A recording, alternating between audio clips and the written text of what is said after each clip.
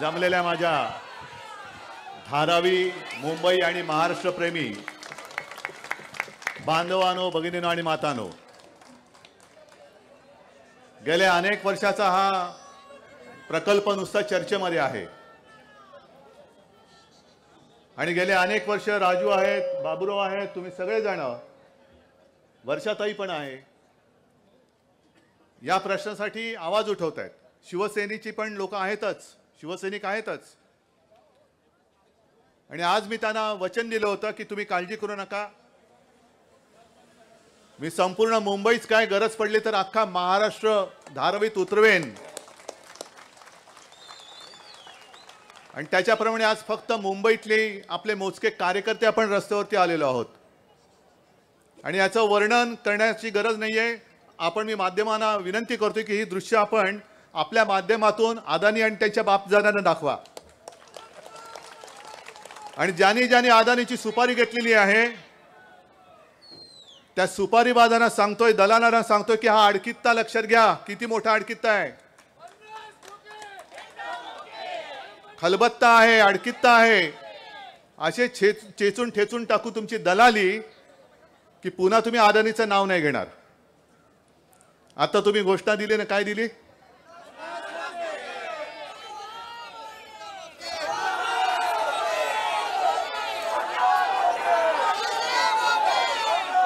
ही आपली घोषणा महाराष्ट्रातल्या कानाकोपऱ्यात गेले, तुम्हीच सगळ्यांनी नेली. 50 खोके एकदम ओके, पण आता यांना 50 खोके कमी पडायला लागले म्हणून धारावी आणि मुंबई गिळायला निघाले ते बोके.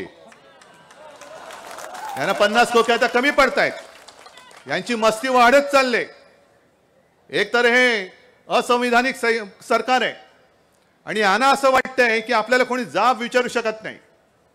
वर्षाताई, तुम्ही जे बोललात की तुम्ही प्रश्न विचारलात अदानीला तर उत्तर देतो भाजप, तरी नशीब समजा तुमची अजून महुआ मोहित्रा नाही केली, कारण त्यांनी प्रश्न विचारला त्यांना तिला निलंबितच करून टाकलं. तर नशीब तुम्ही अजूनही सभागृहात जाताय.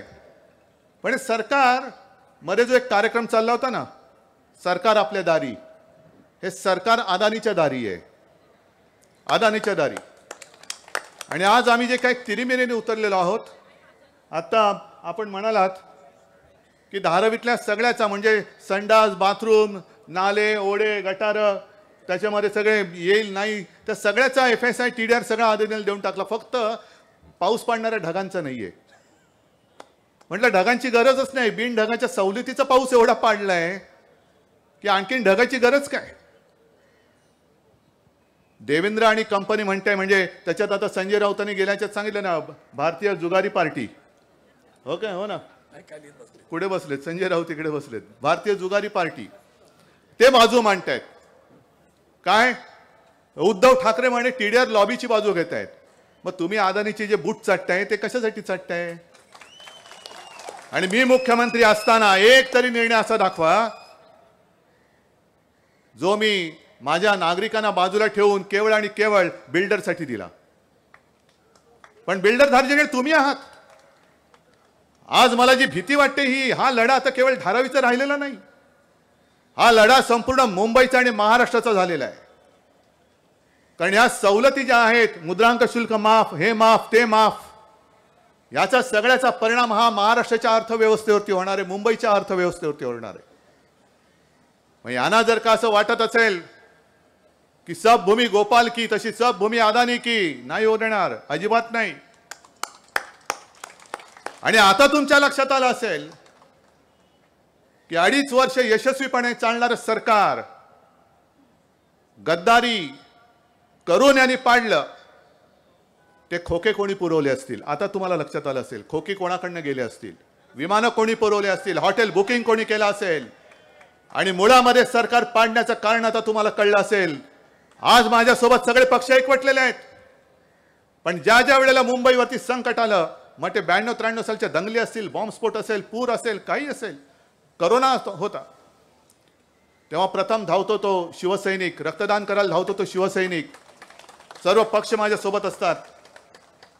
पण त्यांना जेव्हा कळलं की जोपर्यंत हा बसलाय तोपर्यंत मला मुंबई गिळता येणार नाही, मग हे सगळं कटकारस्थान शिजवलं नाही ना, असा माझ्या मनात प्रश्न येतोय. तुम्ही सांगा हो की नाही? हे सगळे खोके खोके सरकार 50 खोके एकदम ओके कशासाठी कोणासाठी कोणी दिले हे आता उघडकीस आलेलं आहे. कारण आपलं सरकार असताना आपण राजू तुम्ही सांगा कारण तुम्ही थोडं हिंदीत पण बोललं पाहिजे पण आता काय होतं मराठीत एकदा बोलायला सुटलं ना की हिंदी में थोडासा अडखळत आहे त्याच्यामुळे पहिलं मराठीत बोलायचं बोलून घेतो. पण राजू तुम्ही आणि सगळे अभ्यासक आहात चालेल ना शाबास. अरे एवढा धारावीकर मुंबईकर झालाच पाहिजे त्याला मराठी येतच.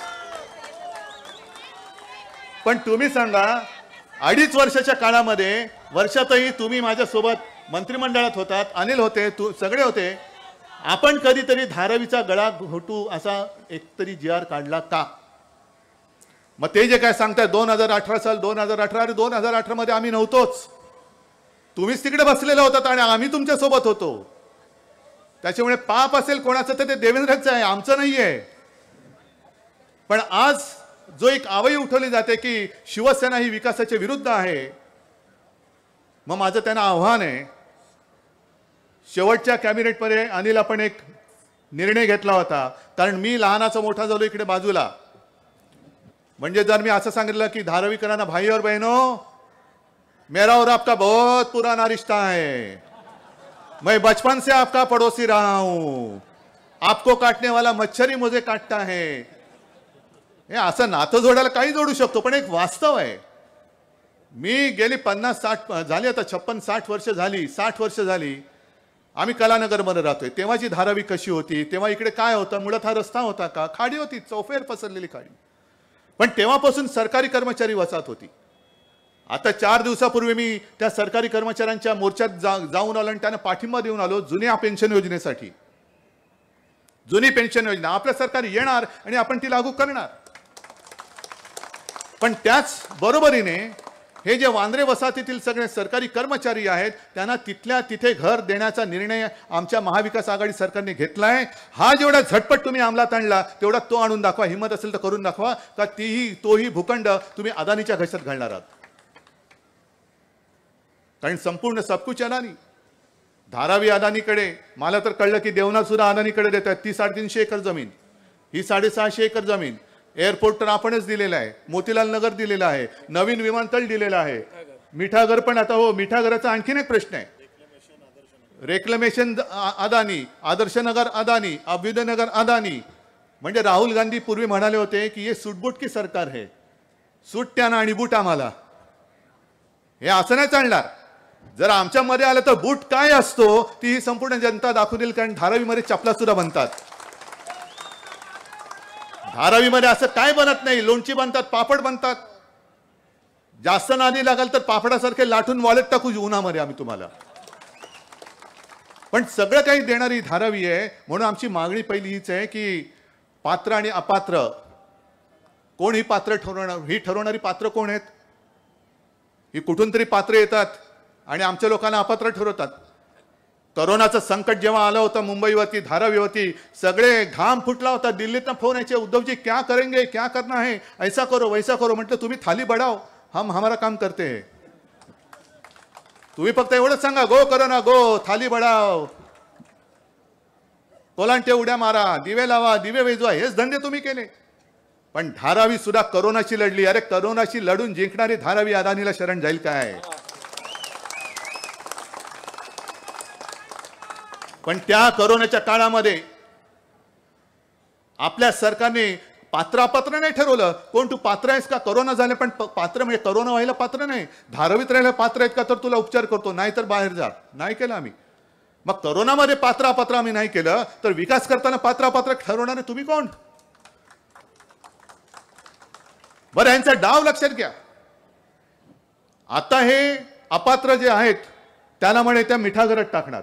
अजूनही मिठागराचा निर्णय झालेला नाही पण मिठागरामध्ये टाकणार म्हणजे कळत न कळत मग ती जागा सुद्धा 99 वर्षाच्या लीजने अदानीला देणार. इथली लोक उचलणार तिकडे टाकणार. आतापर्यंत फक्त 50-55 हजार पात्र आहेत. लाखाच्या वरती अपात्र ठरवलेत अजून.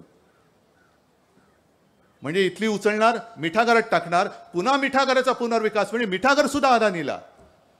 म्हणजे मिठाचा खडा ठीक आहे तुम्ही अख्खा मिठागर टाकताय मग सगळं अदानीला देऊन टाकताय. बरं, एवढा सगळा विकास म्हणून तुम्ही जे काय अदानीच्या घशात घालताय त्याचा उपयोग धारावीकरांना काय होणार आहे? 300 फूट घर, 350 फूट घर का 500 फूट घर त्यांना मिळालं पाहिजे. 500 फूट घर त्यांना मिळालं पाहिजे. आमचा विकासाला अजिबात विरोध नाहीये, पण एक तर धारावीकरांना जिथल्या तिथे घर मिळालं पाहिजे. आणि ट्रान्झिट वगैरेचे चोचले चालणार नाहीत, कारण रेल्वे लँडमध्ये जे तुम्हाला तिकडे बसवणार आहेत ही रेल्वे लँड मालकीची नाही, भाड्याची आहे. ती सुद्धा तात्पुरती दिलेली आहे.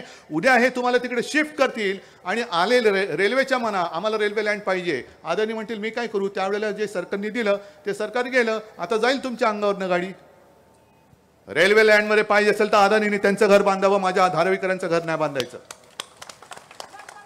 आणि धारावीकरांच्या घरामध्ये हा एक कोणतरी लघु आणि सूक्ष्म मंत्री आहेत, पण ते लघु आणि सूक्ष्म उद्योग हे धारावीतल्या घराघरात चालतात.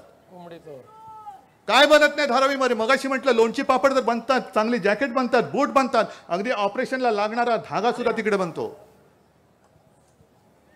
मग आम्ही कुठे विरोध करतोय? आमची आग्रही मागणी हीच आहे की ज्याप्रमाणे एक पूर्वी म्हाडाने इकडे एक कोपरा विकसित केला होता ना, म्हाडाने केला होता. आज आपण बीडीडी चाल करतोय, सरकार करते, तसंच धारावीचा विकास सरकारने केला पाहिजे. कारण याच्यामध्ये ज्या काय अटी तटी आहेत त्याच्या सवलती आणि त्यांचे अधिकार वाढवून देण्याची मुभा ठेवण्यात आलेली आहे. एक तर त्यांचं प्रपोजल आल्यानंतर त्याला परवानगीची गरज नाही, 15 दिवसात द्या नाही तर जा उडत, आम्ही चाललो पुढे. असं कोणत्या बिल्डरला तुम्ही ह्या सवलती दिल्यात? आणि का आम्हाला भीती वाटणार नाही? हे भाजपचे जे सरकार आहेत, दलाल आहेत. एक तर आजपर्यंत मुंबई महापालिकेची निवडणूक घेण्याची यांची हिंमत नाहीये, कारण शिवसेना निवडणुकीतले तर शिवसेना आणि महाविकास आघाडी मुंबई महापालिकेत येईल. मग आमचा अदानीचं काय होणार? विधानसभेच्या निवडणुका घेतल्या तर महाविकास आघाडी परत येईल, मग अदानीचं काय होणार? अरे आमचं सरकार आज नाही तर उद्या येणार आणि तेव्हा काय करायचं ते आम्ही करणार. पण शिवसेना ही आमच्या मित्रांच्या विकासाआड येऊ नये म्हणून तुम्ही तिला खाली केलं. माझा पक्ष चोरलात, माझं चिन्ह चोरलात, पण माझी शक्ती कशी चोराल तुम्ही? माझ्यावरती असलेला विश्वास कसा चोराल तुम्ही? विश्वास चोरून नाही कमवतायत. आणि सरकारकडे कदाचित कागद पेन आणि ऑफिस असेल, पण मी त्यांना सांगू इच्छितोय की तुम्ही ऑफिसला जाणारे येणारे रस्ते आमच्या ताब्यात आहेत. हे रस्ते आमच्या ताब्यात आणि ताकद रस्त्यावरची तुम्हाला मी दाखवतोय. संपूर्ण जे काय आहे ते चिरडून टाकायचं. अनेक जणांना आज ह्या धारावीसाठी एवढी गर्दी का झाली हेच कळत नाहीये. ज्या वेळेला संयुक्त महाराष्ट्राची चळवळ झाली 1960 साली, मुंबई महाराष्ट्राला आपण मिळवली, मराठी माणसांनी रक्त सांडलं, 105 हुतात्मे झाले. ते हुतात्मा स्मारक तिकडे आहे. ते उगाच तिकडे कोणाचा तरी एक पुतळा उभा करायचा म्हणून नाही केलेलं, तर मुंबईसाठी ज्यांनी प्राण दिले, रक्त सांडलं, त्यांचं ते एक स्मारक आहे, तिकडे जाऊन आपण वंदन करत असतो. त्या लढ्यामध्ये भारतीय जनता पक्ष कुठेही नव्हता.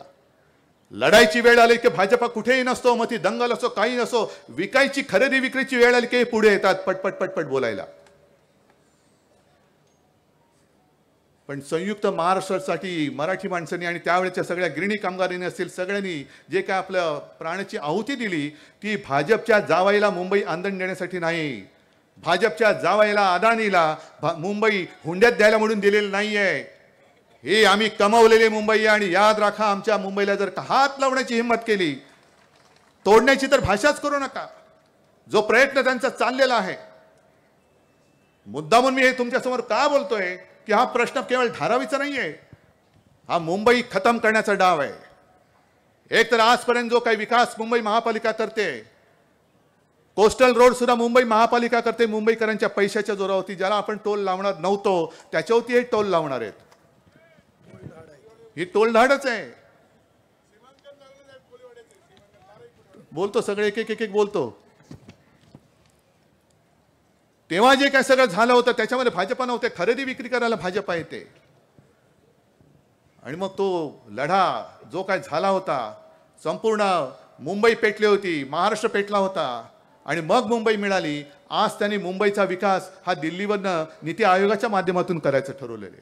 कशासाठी? मुंबईमध्ये कधी असं झालं नव्हतं. ह्यांनी बिल्डर पालकमंत्री केला आणि त्या पालकमंत्र्याचं ऑफिस मुंबई कॉर्पोरेशनमध्ये ठेवलेलं आहे. बिल्डर पालकमंत्र्याचं ऑफिस महापालिकेत का? अदानीचं आल्यानंतर पटपट सह्या करून द्यायला. आता तुम्ही जो प्रश्न विचारला तो बरोबर आहे. घर तर पाहिजेच, पण कोळीवाड्याचं काय करणार? कुंभारवाड्याचं काय करणार? ज्यांचे उद्योग त्यांच्या घरामध्ये आहेत त्यांचं काय करणार? माहीम नेचर पार्क तो सुद्धा गिळलेला आहे. म्हणजे असं काहीच शिल्लक ठेवायचं नाहीये. सगळं काही त्यांना घशात घालून टाकायचं. पण एवढे सोपं नाहीये, अजिबात नाहीये. आज या लढ्याची सांगता नाहीये, या लढ्याची सुरुवात झालेली आहे, एवढं लक्षात ठेवा. आणि आमच्या प्रमुख मागण्या ज्या आहेत, एक तर घराला घर दिल्याशिवाय धारावीकरांच्या केसाला सुद्धा धक्का लागता कामा नये. आणि जिथल्या तिथे घर, पात्र अपात्र आम्ही मानत नाही. व्यवसायाला सुद्धा जागा दिली पाहिजे. कोळीवाड्यांचं सीमांकन करा, कुंभारवाड्यांचं करा. ज्यांना ओपन एअर म्हणजे पापड वाळवतायत, लोणची करतायत, आणखीन काय असेल त्यांना त्यांच्या व्यवसायाला आवश्यक असलेली जागाही तिथे दिलेच पाहिजे. ही आमची सगळ्यांची मागणी आहे. तिथे मिळालंच पाहिजे, जायचं नाही, हलायचं नाही. आणि त्यांनी असं मी ऐकतोय की पोलिसांचं विशेष पथक ठेवलेलं आहे. पोलिसांना सुद्धा सांगतोय, सरकारी येतं आणि जातं, तुमचा रेकॉर्ड खराब करू नका. तुमचा रेकॉर्ड खराब करू नका. नोंद तुमच्याकडे पण होते, नोंद जनतेकडे पण होते. सरकार कधी येतं आणि कधी जातं, पण तुम्ही तुमच्या ते सदरक्षण आहे, खल निग्रहण आहे, त्याला मात्र सोडू नका. त्याच्या मागे उभे राहा तुम्ही. आणि काही निवृत्त पोलीस ते आणि त्यांचे गुंड इकडे सोडलेले आहेत. पण ही गुंडागर्दी जर का झाली तर ती तिथल्या तिथे ठेचून टाका. तुमच्यासोबत नाही पोलीस आले तर मी तुमच्यासोबत येईन, मी येईन.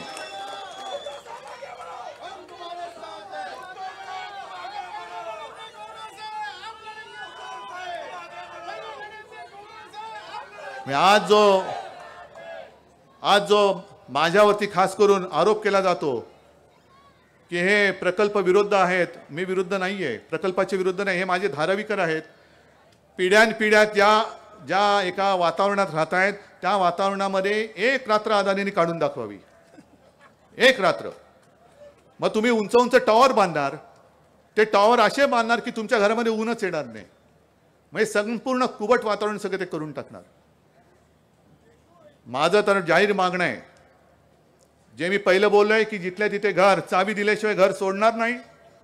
दुसरी गोष्ट, जर धारावीमध्ये तुम्हाला एवढा, म्हणजे माझ्या माहितीप्रमाणे 100 कोटीच्या वरती स्क्वेअर फूट हा TDR म्हणतोय, 100 कोटीच्या वर. मग यांच्या पिढ्यान बसून काही न करता, हात न हलवता सुद्धा खात बसतील एवढा TDR तिकडे मिळतोय. हा सगळीकडे वापरणार. म्हणजे मुंबई तिकडे पण वापरा, तिकडे पण वापरा, तिकडे पण वापरा. एवढंच नाही, जर जे विनायक राऊत म्हणाले की कोणाला TDR पाहिजे असेल तर अदानीच्या दुकानात पहिलं जायचं, तिकडनं घ्यायचं, त्याचं सही सर्टिफिकेट लावायचं आणि मग पुढच्या परवानगीसाठी. म्हणजे इकडे परवानगीशिवाय अदानी सुटलाय आणि तिकडे अदानीच्या परवानगीशिवाय तुमचा विकासच होणार नाही. तुमचा म्हणजे हे मुंबई तित्रत्र आहे. म्हणजे सगळ्या झोपडपट्टी योजना असतील, आणखीन कुठल्या योजना असतील, घरं बांधायचं असेल, नाही, पहिला अदानीकडनं TDR घ्या. आणि हा विकास करायचाच असेल तर मग या धारावीमध्ये माझ्या पोलीस कर्मचाऱ्यांना घरं द्या, माझ्या गिरणी कामगारांना घरं द्या, सफाई कामगारांना घरं द्या, सरकारी कर्मचाऱ्यांना घरं द्या. ज्यांच्यावरती मुंबईचा नव्हे तर अख्ख्या महाराष्ट्राचा डोलार आहे आणि मुंबई ह्या देशाची आर्थिक राजधानी आहे. पण हे त्यांना पचत नाहीये. मुंबईमध्ये संपूर्ण आर्थिक केंद्र कसं, मुंबईला कसं चिरडायला पाहिजे, कसं ठेचून टाकायचं, चेचून टाकायचं, सगळं काही गुजरातला न्यायचं. अरे साधी आपल्या वर्ल्ड कपची फायनल सुद्धा गुजरातला नेली. आता काही जण म्हणतात तिकडे नेले म्हणून हारले. माझं काय म्हणणं नाहीये.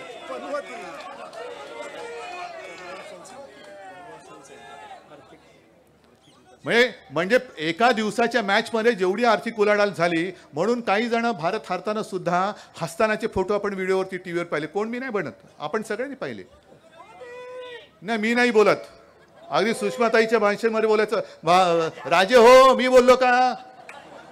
मी अजिबात बोललेलो नाही.